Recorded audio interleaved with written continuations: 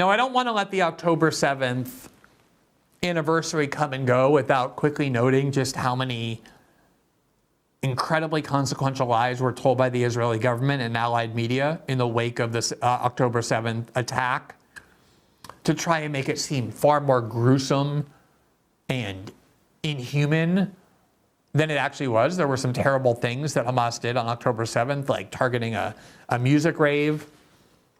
But that wasn't enough to try and depict Hamas as this unprecedented evil, calling it worse than ISIS, which the Israelis needed to do because they needed to be able to justify everything they knew they were about to do to Gaza, basically flatten it and make it uninhabitable.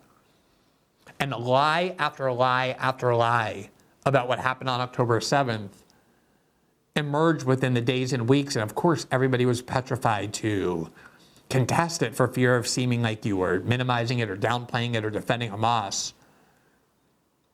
And yet now we know that so much of what shaped the world's view of October 7th turned out to be deliberate falsehoods that emanated from Israel and its media.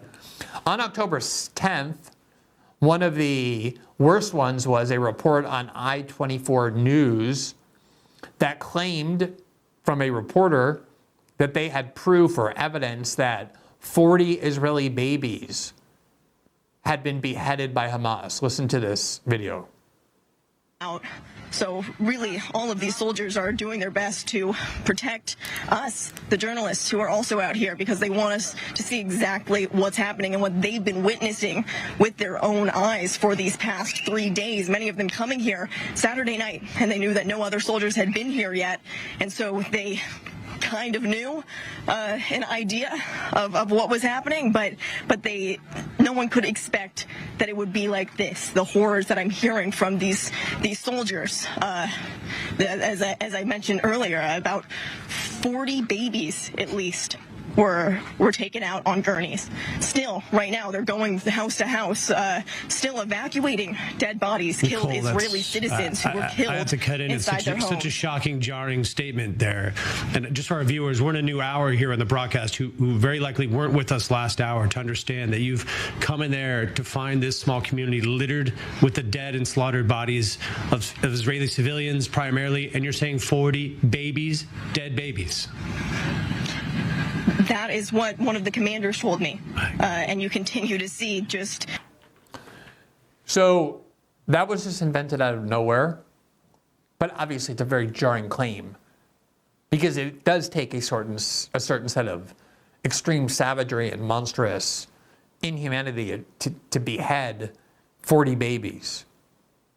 And of course played into the whole caricature of what Muslims and Islamic extremists do in terms of beheading. So saying they beheaded 40 babies was something that was incredibly consequential and powerful in shaping how the world understood October 7th, but also Hamas. And amazingly, the President of the United States, Joe Biden, not only repeated those false allegations, that complete fairy tale, but he claimed that he had seen photos proving it was true. Thank you for the intensity of your support. It matters. It matters that Americans see what's happening. I mean, I've been doing this a long time. I never really thought that I would see and have confirmed pictures of terrorists beheading children. I never thought I'd ever... Anyway, I mean, that is amazing. That was October 11, 2023. He just lied and claimed that he saw photos showing 40 beheaded babies, which came from Israel. And once, of course, Joe Biden endorsed that lie, claimed he'd even seen photographic proof of it. To this day, I guarantee that there are a lot of people who still believe that. If you try and tell them that it was debunked and disproven, they won't believe it. One of the best accounts that shed light on what really happened on October 7th. You may remember there were all sorts of claims originally about how 1,400 Israeli civilians were killed. That was then downgraded to 1,200, now 1,100. And it turns out that 300 or 400 of them at least were military soldiers and police officers targeted on those military and police bases. None of that was known. I just saw Abigail Shrier in the Free Press in a video saying 1,400 civilians were killed on October 7th. Barack Obama in a tweet reported that same false number. Once these numbers and these lies get spread, there's never any correcting them. But one of the best comprehensive debunkings of what was really true about October 7th and what was not came from the Israeli daily newspaper Haaretz in December of 2023. And basically what they found was there was a total of one baby killed on October 7th, not 40, not 50. This baby was not beheaded. In fact, it was just caught in crossfire, potentially between Hamas and the Israeli military.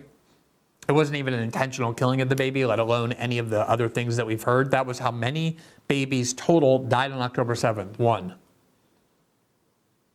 Doesn't make October 7th a nice thing. It doesn't make it any less horrific, but it does show you how many lies, how many consequential lies were deliberately concocted and circulated, how important it is to be very skeptical in all of these situations. Here's Haaretz.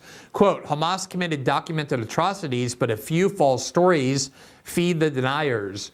The extensive evidence of crimes against humanity committed by Hamas terrorists on October 7th should not be contaminated by unverified stories disseminated by Israeli search and rescue groups, army officers, and even the Prime Minister's wife, Sarah Netanyahu, who did exactly that. Quote, according to a reporter for I-24 News, an army commander told her that at least 40 babies had been killed, some of them beheaded. The report above was later quoted on social media, often references, quote, dozens of beheaded babies, though sometimes it was, quote, burnt babies or hanged babies. For example, the Israeli Foreign Ministry published an account by Colonel Golan Vach from the Home Front Command, who said that in one house he found the bodies of 8 burnt babies. The ex-account of the Prime Minister's office, Netanyahu's, also referred to the murder of infants and showed very graphic pictures. According to the tweet, Prime Minister Benjamin Netanyahu showed the pictures of U.S. Secretary of State Antony Blinken last week. Ishay Cohen, a journalist for the ultra-Orthodox website Kikar Hashabat, interviewed Lieutenant Colonel Yaron Buskila of the Israeli Defense Forces Gaza Division. Buskila talked about babies who had been hung on clotheslines. His remarks were cited by a host of Twitter personalities around the world. Cohen wrote that he was later informed that the story was inaccurate and deleted the post. Quote, why would an army officer invent such a horrifying story? I was wrong, he added. And that article goes on to document that, in fact, the total number of infants killed on October 7th was 1. Here from Le Monde in April of this year, so it took 6 months for Le Monde to put the story together. The title was, quote, 40 beheaded babies, deconstructing the rumor at the heart of the information battle between Israel and Hamas. Quote, on October 10th, official Israeli accounts relate a sordid but unfounded allegation. 6 months later, it continued to circulate, fueling accusations of Israeli disinformation. But amidst this flood of accounts of murder, looting, and mutilation, one rumor took on extraordinary proportions. Quote, 40 decapitated babies were allegedly found in the Kfar Aza kibbutz, one of the communities most impacted by the attack. This story and its variants went viral like never before, going as far as being mentioned by the White House. Not just mentioned by the White House, as we showed you, but confirmed by Joe Biden, who believes he saw pictures proving it. Le Monde says, quote, however, in the horror of this massacre, in which 38 minors, including 2 infants, were killed, there were never 40 decapitated babies. Here from the Daily Mail, Golan Vach. This is where one of the baby-killing events that was also fabricated came from, October 14th, 2023. I think we have video of this. Listen to this video of this Israeli colonel claiming how one particular baby was murdered, not by being beheaded, but by a way that was designed to be at least as emotionally provocative. I found here 2 couples, two men and women, and inside we found 8 babies burned in this corner, among another people burned in the house. Total 19 people. They really knew where it was. I pointed the house. Did you see that baby yourself? I evacuated the mother and the baby. And so you saw the dead baby? I saw that baby. Beheaded? Beheaded. That must have been absolutely awful. Yes, it was. And accompanied by that were all sorts of claims spread by Israel supporters all over the world that Hamas took pregnant women and cut out their babies from their wombs. There was another report that Hamas had taken an Israeli infant and baked it in an oven, obviously designed to resonate with some of the worst stories of the Holocaust. Just an endless stream of deliberate lies and propaganda designed to prepare the world for everything that Israel was going to do. And it took months for media outlets to debunk it, as often happens. And of course, it was far too late. Here from France 24 as well in December of 2023 about the total number of people who were actually killed on October 7th. Not the 1,400 claimed by Obama or the 1,400 civilians claimed by Abigail Shrier and so many other people. The reality is this, quote, Israel's social security data reveals the true picture of October 7th deaths. On October 14th, Israeli authorities announced a preliminary toll of more than 1,400 people killed by Hamas terrorists. On November 10th, the Foreign Ministry published a, quote, updated estimate saying that the number murdered in cold blood was around 1,200 people, without further detail. The final death toll from the attack is now thought to be 695 Israeli civilians. So less than half of what we were originally told. Obviously, it's a terrible number of civilians to die, 695. It's half of the number of civilians who have died in Lebanon over the last 2 weeks. But it's far cry from the 1,400, including 36 children who died, as well as 773 security forces and 71 foreigners, giving a total of 1,139. The data gives a clear picture of the scale of the atrocities at the Supernova Music Festival, where 364 people were killed, but it also invalidates some statements by Israeli authorities in the days following the attack. Testimony called into question was that on October 7th by Colonel Golan Vach, head of the Army Search and Rescue Unit, who told a group of journalists, including one from AFP, that he, quote, personally transported a decapitated baby found in the arms of his mother in the buried kibbutz. According to Bitua Leumi, only one baby was killed there, the 10-month-old Mila Cohen, whose mother survived. And there's a Times of Israel article as well that very much suggests the same thing. Now, again, the point here is not to say that the October 7th attack wasn't horrific, that it wasn't a deliberate targeting of civilians. It was, but it's also to say just how much propaganda and lies were put into having Americans and Westerners and the world conceive of what actually happened here. Let's go to this United Nations report, because we know that a lot of countries, including South Africa and others, have brought war criminality charges to the International Criminal Court, alleging that Israel committed war crimes. The UN report in June of this year said very similar things. Quote, the commission notes that Israeli authorities failed to protect civilians in southern Israel on almost every front. This including failing to swiftly deploy sufficient security forces to protect civilians and evacuate them from civilian locations on October 7th. In several locations, ISF applied the so-called, quote, Hannibal Directive and killed at least 14 Israeli citizens. Israeli authorities also failed to ensure that forensic evidence was systematically collected by concerned authorities and first responders, particularly in relation to allegations of sexual violence, undermining the possibility of future judicial proceedings, accountability, and justice.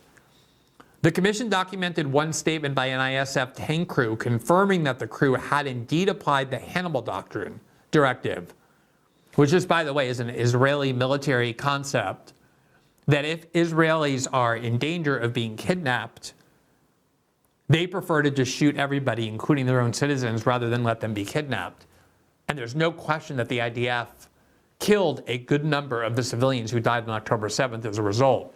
And they confirmed that the crew had applied the Hannibal Directive by shooting a vehicle which they suspected was transporting abducted ISF soldiers. In another case, the commission found that Israeli tank fire killed some or all of the 13 civilian hostages held in a house in Beirut. Now, there was a lot of talk as part of this about the allegations of mass rape and the use of sexual violence on October 7th by Hamas. And there's been an endless dispute about this evidence.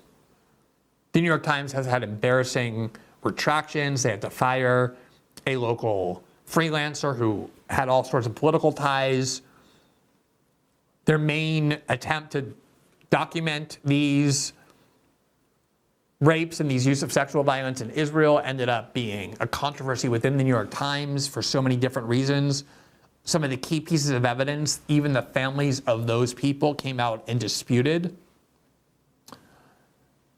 But I don't even want to dive into that dispute because it's not necessary to make the point, which is that let's assume that there were rapes of Israeli women by Hamas on October 7th. You can debate the number. As I said, there's a huge lack of clarity about what actually happened, in part because some of those UN critiques if there was no evidence preserved.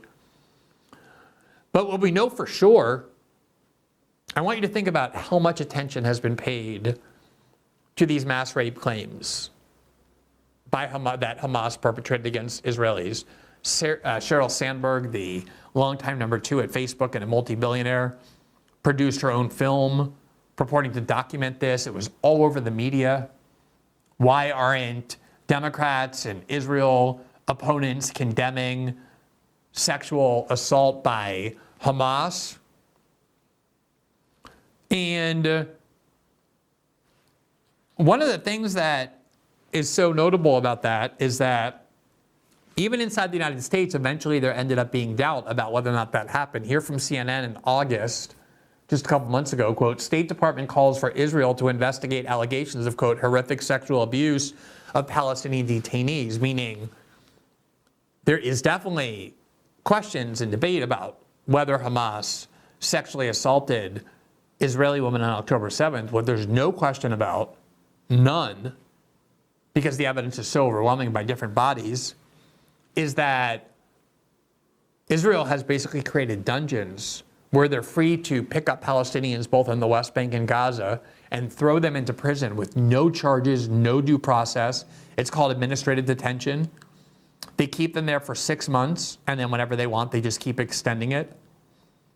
It's an ultimate Guantanamo or Kafka-esque black hole, except that we know for certain that there have been many allegations and documented cases of torture, including sexual abuse and sexual rape of Palestinian detainees by Israeli soldiers. Think about how much you've heard discussion of that or anger about that in comparison to the claims of what Hamas did in terms of their use of sexual violence on October 7th. Again, it's all about whose lives matter and who doesn't. Quote, the U.S. State Department called allegations of sexual abuse of Palestinian detainees by Israeli soldiers, quote, horrific, and said Israel must investigate, quote, swiftly and fully, according to a State Department spokesperson. There ought to be zero tolerance of any sexual abuse, rape of any detainees, period, said State Department spokesperson Matthew Miller at a press briefing. The statement comes after Israeli media obtained leaked surveillance video that allegedly showed Israeli soldiers sexually assaulting a Palestinian detainee in Israel's Negev desert. PHRI said it had raised concerns about similar allegations at the base in the past, but that this incident came to light and prompted an investigation because the alleged victim was taken to a public hospital away from the detention center because of the severity of their rectal injuries. Quote, when there are alleged violations, the government of Israel needs to take steps to investigate those who are alleged to have committed abuses and, if appropriate, hold them accountable, said Miller, who called the IDF announcement of arrest of those alleged to have been involved and an investigation, quote, appropriate. Now, let me just say, we had on our show as well a representative of the longtime Israeli human rights group, and they had just issued a report documenting in great detail the extreme abuse and torture and even use of sexual violence by IDF and other Israeli guards on Palestinian detainees, many of whom were released, many of whom were there before October 7th, who had no connection to Hamas or October 7th, which is why they were released.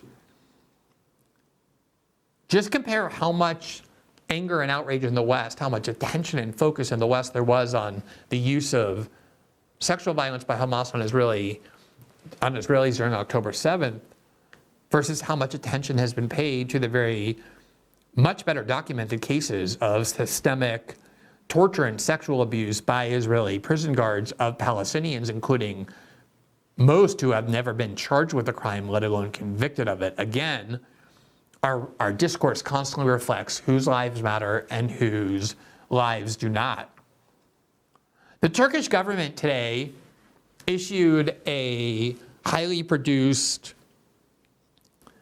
2-minute summary of how they and so much of the world see what has been happening. And I want to show you this in part because I just want you to see that if you are in the United States or Western Europe, you will think that the entire world sees this conflict one way.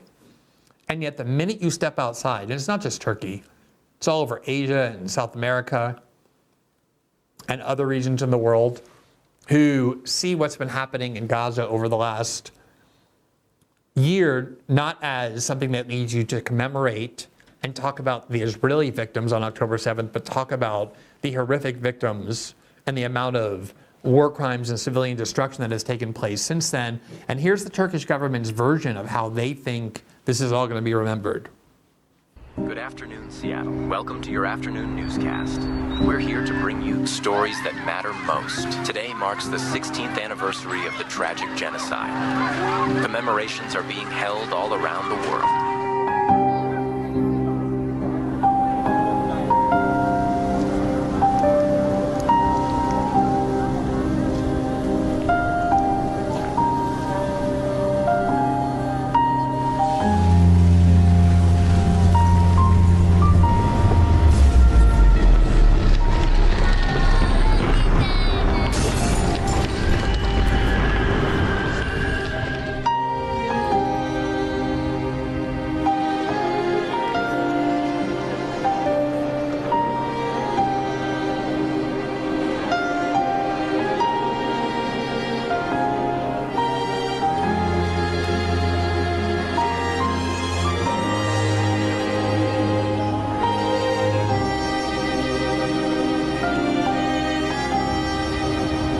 왜 아무것도 안 하셨어요?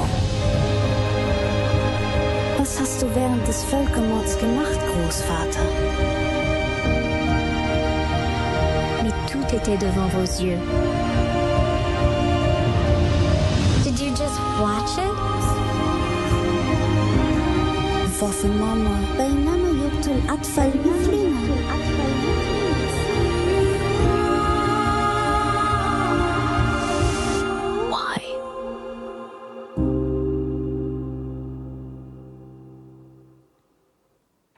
There's been so much evidence, so many studies, so much documentation that what the Israelis have done to this trapped population of 2.2 million people inside Gaza has been a level of destruction unseen in modern warfare, certainly in the 21st century. 65 to 70% of civilian buildings are destroyed or severely compromised. The Israeli bombing of Gaza continues, including in areas where they hadn't bombed all that much before. The entire civilian infrastructure has collapsed. There's no education system. There's no healthcare system. There's no food delivery system. They basically have flattened Gaza, flattened it. And a lot of people thought that was the Israeli goal all along, was to drive those people, Arabs, out of Gaza because they view that as part of greater Israel. The level of murder and suffering and destruction that the Israelis have imposed on Gaza since October 7th and they're now doing to Beirut is really incomprehensible. And more incomprehensible still, unless you realize this question of whose lives matter and whose don't, is how in the West there is 100 times more attention paid to the anxiety felt by some Israeli for having to go into a bomb shelter for an hour or two than there is to the unprecedented destruction of civilian life continuously being carried out with U.S. bombs and U.S. money all throughout Gaza. And I think it's reprehensible to spend today focusing on one event that happened in Israel, as terrible as it was, given the magnitude of the suffering and even evil that has been perpetrated in the name of that event over the last year. Thanks for watching this clip from System Update, our live show that airs every Monday through Friday at 7 p.m. Eastern exclusively on Rumble. You can catch the full nightly shows live or view the backlog of episodes for free on our Rumble page. You can also find full episodes the morning after they air across all major podcasting platforms, including Spotify and Apple. All the information you need is linked below. We hope to see you there.